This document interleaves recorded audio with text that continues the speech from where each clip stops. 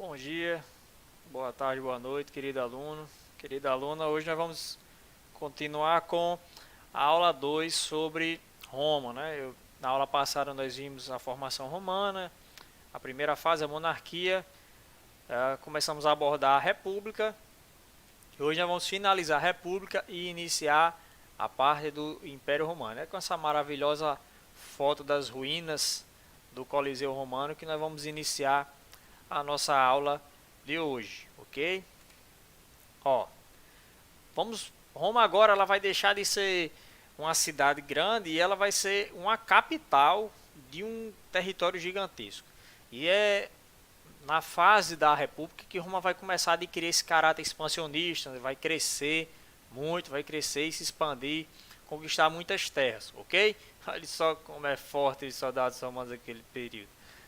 Então a fase 1, a primeira fase da expansão romana, entre o século V e o século III antes de Cristo. Observe aqui no mapa, Roma começa aqui, né, onde hoje é a capital da Itália, conquista essa parte mais escura. Depois, ó, então o primeiro passo para o crescimento territorial de Roma foi eles perceberem que eles tinham força financeira e soldados, uma força bélica, força de guerra para conquistar toda a Península Itálica. Então a primeira fase do crescimento territorial romano foi a conquista da Península Itálica. Então hoje é onde é a Itália, né, a famosa botinha dos mapas, foi a conquista da primeira fase na história romana. Então, para que fizeram isso? Para que a cidade pudesse ter mais abastecimento, com impostos, frutas, com agricultura e de outras regiões e também com aporte de escravos. Só um detalhe aqui, pessoal. Na época da monarquia romana, na primeira fase da história romana, existiam poucos escravos em Roma. Até porque ela era uma cidade pequena, estava começando, então basicamente lá nós tínhamos os patrícios e os plebeus, né? E alguns clientes. E escravos eram bem poucos, mas a partir do momento que Roma começa a aumentar o seu território, instantaneamente, né, vindo mais conquistas, virão mais escravos, que vinham diretamente dos povos conquistados. Então, ao observar a pirâmide social de Roma, tem esse cuidado. E de se lembrar que, na época da monarquia, Roma tinha pouquíssimos escravos, ok? Mas, partir do crescimento territorial lá na República até o Senado, aí o número de escravos era incontáveis, um número muito grande, ok? Então a primeira fase da expansão romana foi entre o século V e 3 a.C. e foi a conquista da Península Itálica. Ó, a segunda fase, Roma percebeu que para eles se tornarem um império, verdadeiramente um império rico e poderoso, uma cidade muito poderosa, eles tinham que investir na coisa que dava mais dinheiro naquele período, né? Além da agricultura, nós tínhamos o comércio marítimo. Observe, pessoal, que a Itália, a Península Itálica, ela é uma península cercada pelo mar Mediterrâneo. Então, a pesca e o comércio marítimo é muito forte. Então, eles perceberam que para eles conquistar riquezas e poder, eles tinham que conquistar o mar Mediterrâneo. Só que tinha um problema. O mar Mediterrâneo, nesse período, ele era dominado por uma colônia fenícia, os fenícios dessa região aqui, e eles fundaram uma colônia aqui que dominava todo o comércio do mar Mediterrâneo, que era a cidade de Cartago, ou Cartago. Né? A cidade de Cartago, ela dominava todo o comércio do mar Mediterrâneo. Então os romanos perceberam, eles perceberam que para conquistar o mar Mediterrâneo, teriam que destruir Cartago e iniciaram uma guerra. E essa guerra contra Cartago, entre Roma e Cartago, é chamada de Guerras Púnicas. Né?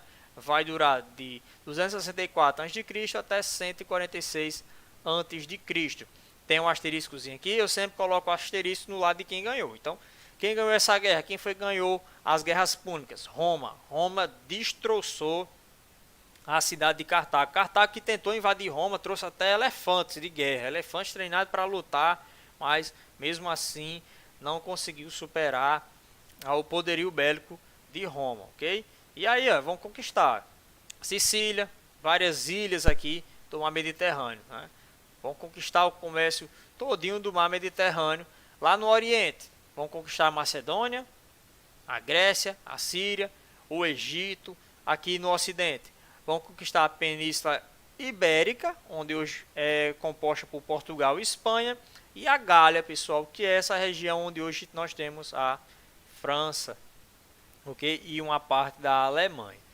Então, depois que Roma conquistou o mar Mediterrâneo, aí foi só correr para o abraço, muita riqueza, comércio marítimo totalmente controlado, comércio todo do mar Mediterrâneo controlado por eles, então uma arrecadação de impostos fenomenal e muitos escravos para fazer o que eles precisavam, né? O pior trabalho dos escravos naquele período era trabalhar nas minas, quebrando pedra e tal, era o pior trabalho que tinha. Quando o escravo ia para lá, ele já sabia que não ia passar muito tempo vivo. Seguindo, nós temos as consequências da expansão. Vocês podem pensar que as expansões territoriais romanas só trouxeram benefícios para eles, mas não, pessoal, vai gerar as crises sociais que já tinham desde a época da monarquia, daquelas diferenças sociais entre patrícios e plebeus, elas vão se intensificar nesse período, ok? Então algumas das consequências. Eles vão controlar o mar Mediterrâneo, como eu citei anteriormente, que eles vão chamar de Mare Nostrum, é uma expressão em latim que quer dizer o nosso mar, né? A entrada de riqueza em grandes quantidades, isso é bom para eles, foi algo ótimo, né? Mas olha só o que vai acontecer dentro da sociedade romana. Ruína de pequenos proprietários. Por quê? Porque agora o comércio vai estar todo controlado pelos homens mais ricos. Os homens ricos, pessoal, eles investiam nas batalhas, eles davam dinheiro ao Senado, para o Senado suprir os seus soldados, e quando eles ganhavam as guerras e conquistavam territórios, quando Roma ia dividir os espólios dessas batalhas, entregava principalmente aos homens mais ricos. Okay? Então o pequeno proprietário começou a ficar a ver navios, essa expressão a ver navios. Por quê? Porque toda a riqueza estava ficando concentrada nos grandes proprietários de terra. Ok? Então, ruína dos pequenos proprietários, concorrência com grandes proprietários enriquecidos com as conquistas. O que é que isso vai gerar? Se no campo não está dando para viver, a gente vai embora para o meio urbano. Um êxodo rural muito grande. Ok? O empobrecimento dos plebeus. Esse motivo aqui do empobrecimento dos plebeus está diretamente ligado a esse outro ponto aqui, pessoal. A partir do momento que entra milhares de escravos dentro da cidade, dentro de todo o Império Romano, o que é que vai acontecer? Os escravos vão tomar os empregos dos plebeus. Os escravos agora que vão fazer pão, fazer roupa, fazer arma, todo mundo vai ter escravo e os escravos que vão fazer esses serviços e os plebeus não vão ter o que fazer. Isso vai gerar um empobrecimento e um desemprego muito alto dentro dos plebeus. É aí que nós temos a consolidação do modo de produção escravista. Os escravos vão fazer tudo, né? Sem ganhar salário, sem ganhar nada. Vão fazer porque é a obrigação deles fazer aquilo, porque eles estão na condição de escravos. Algumas lutas civis aí que nós vamos ter devido a essas crises, né? Crise de agricultores devido à pobreza, né? O comércio ele estava tomando de conta, o comércio marítimo. O que mais gerava riqueza naquele período vai ser agora o comércio marítimo, ok? Nós vamos ter 2 tribunos da plebe que vão tentar fazer algumas propostas de reforma agrária, já que poucos tinham muitas terras, vamos dividir um pouco dessas terras aos muitos que têm pouca terra, né? Tibério e Caio Graco, e vão pagar caro por tentar trazer essas reformas aí de propostas agrárias, que é dividir a terra, né? Tirar um pouco de quem tem muito e dar a quem tem menos, ok? Vamos ter também disputas entre os senadores Mário e Silas. Quem vai ganhar essa disputa? Sila, porque ele era conservador, ele não queria que a sociedade mudasse, que tudo continuasse concentrado na mão dos patrícios, dos homens mais ricos, dos grandes empresários que estavam lucrando com as conquistas e com o comércio marítimo. A vida dos escravos era tão complicada que nós vamos ter a famosa revolta de Espartacus, que virou até um seriado muito bom. Nós temos aqui a foto do protagonista desse seriado. Na primeira temporada, na segunda temporada não é mais ele, porque infelizmente esse ator veio a falecer ao longo das gravações, né? E é um seriado muito interessante que mostra o dia a dia e a rotina dos escravos naquele período, principalmente dos gladiadores, né? Os lutadores chamados de gladiadores, que lutavam até a morte, na política do pão e circo, dar entretenimento ao povo para que eles esqueçam de todos os problemas sociais. Então, Roma estava vivendo um verdadeiro turbilhão de confusões, né? Muitas revoltas, muitos escravos, desemprego, pobreza, e os mais ricos cada vez mais ricos devido a essas conquistas, né? Devido a esse controle do comércio.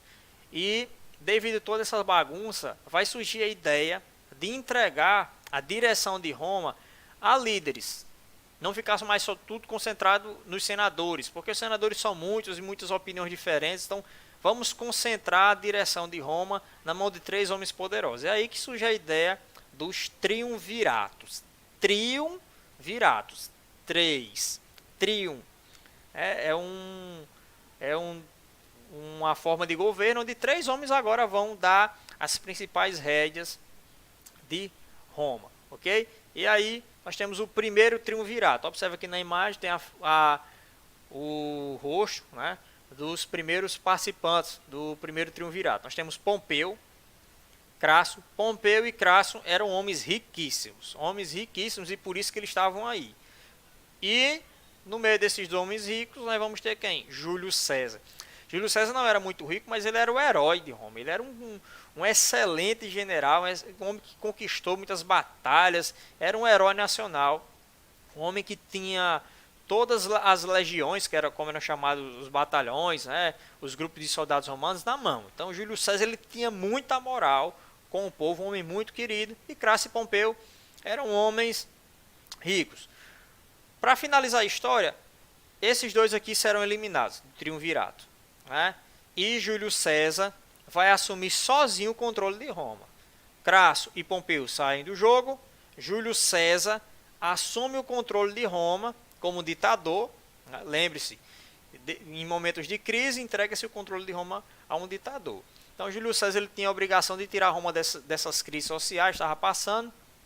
Só que o que vai acontecer? Ele vai continuar, ele não vai entregar o poder. Então vai ficar o Senado de um lado e Júlio César do outro, e ele muito autoritário, muito autoritário. Só que aí o Senado resolveu matar, né? Surgiu uma trama dentro do Senado, e aí Júlio César é esfaqueado dentro do próprio Senado romano, né? Vocês podem imaginar uma situação como essa. O homem mais poderoso de Roma é morto pelos próprios senadores, porque ele era autoritário e acusa-se ele dele desrespeitar demais os outros senadores. Depois que ele morre, a crise se intensifica e é formado um segundo triunvirato.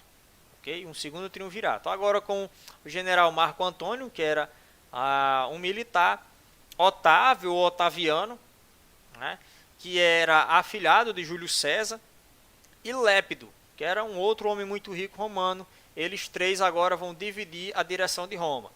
Da mesma forma como esses dois aqui saíram e ficou só Júlio César, Marco Antônio e Lépido serão derrotados por Otávio, e aí Otaviano vai assumir o controle de Roma. A partir do momento que ele assume o controle de Roma sozinho, ele se proclama imperador de Roma. Estou falando da palavra imperador, falei da palavra imperador, acaba-se o Senado, a República Romana, e inicia-se a fase do Império Romano. É agora que nós temos o Império Romano, quando Otaviano se proclama imperador, né? O nome de Augustus. Augustus, essa expressão usada aqui, significa divino, porque para eles o imperador, além de ser uma força política, ele também é uma força religiosa.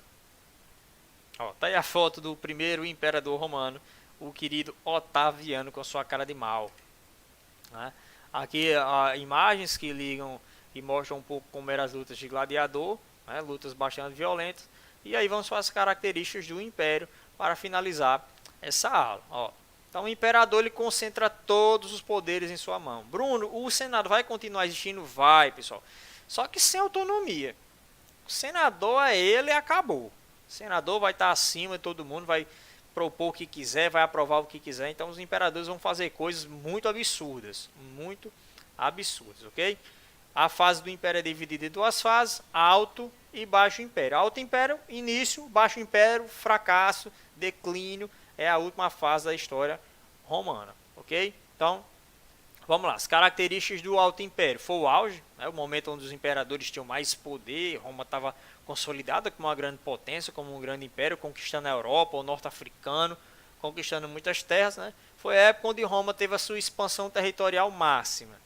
Grande afluxo de riquezas e, para trazer estabilidade social, a política do famoso pão e circo, que alguns políticos ainda se atrevem a usar ainda hoje, né?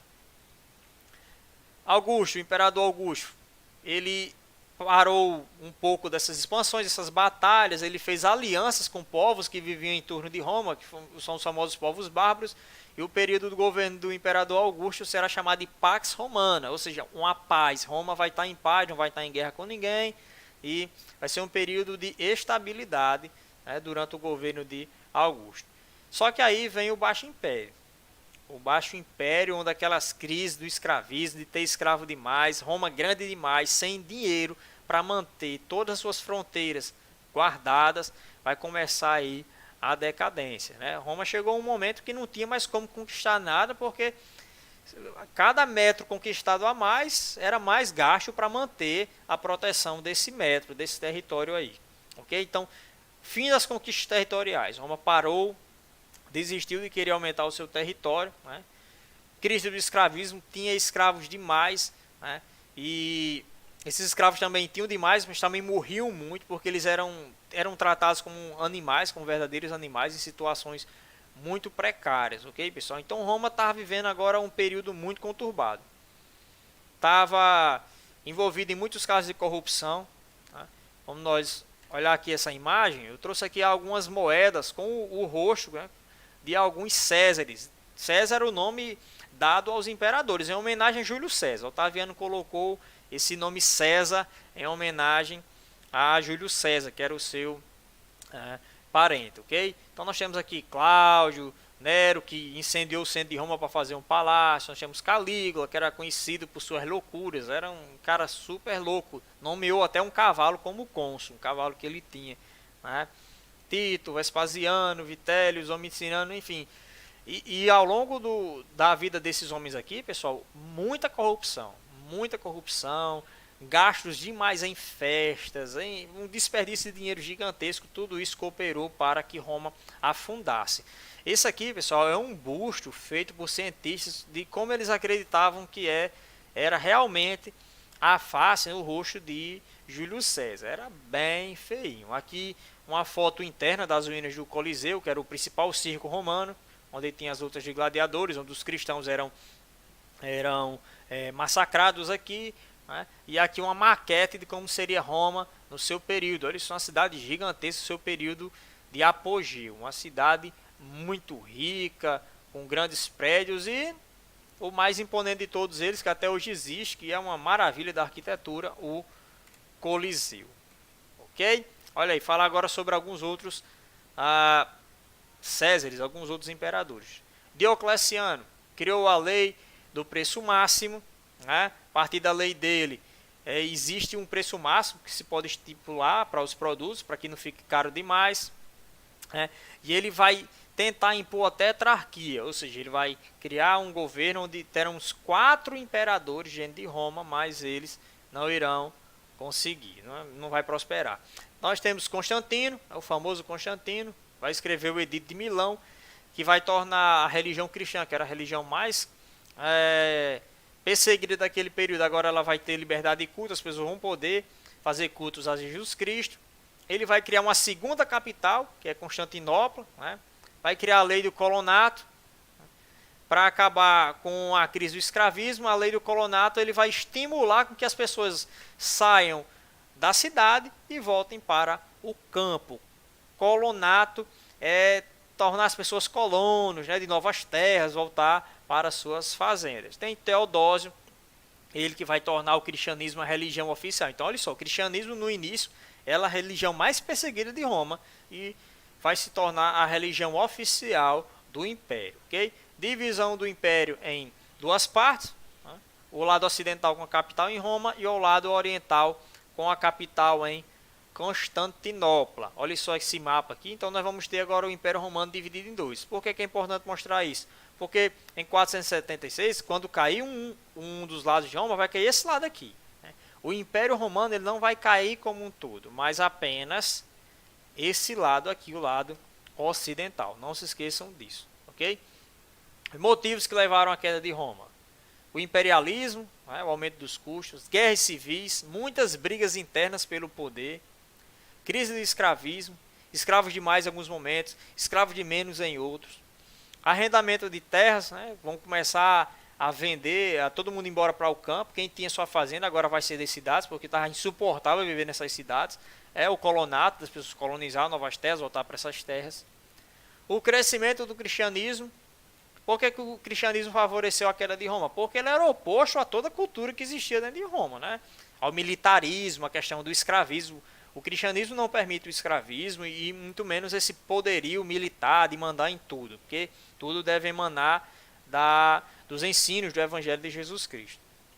A crise econômica, menos produção, desvalorização da moeda e alta dos preços. Crise que a gente até hoje acompanha em alguns países, né? Retorno ao campo, né? Vai ser estimulado. Quem tiver a sua fazenda, o seu sítio, volte e vá morar lá, né? Porque as cidades estão muito complicadas e principalmente por causa das invasões bárbaras. Todo o povo que não era romano, não falava o latim, era considerado um povo bárbaro, ok? Mesmo que fosse super educadinho, recebia esse adjetivo aí de bárbaro. E existiam vários povos bárbaros naquele período, ok?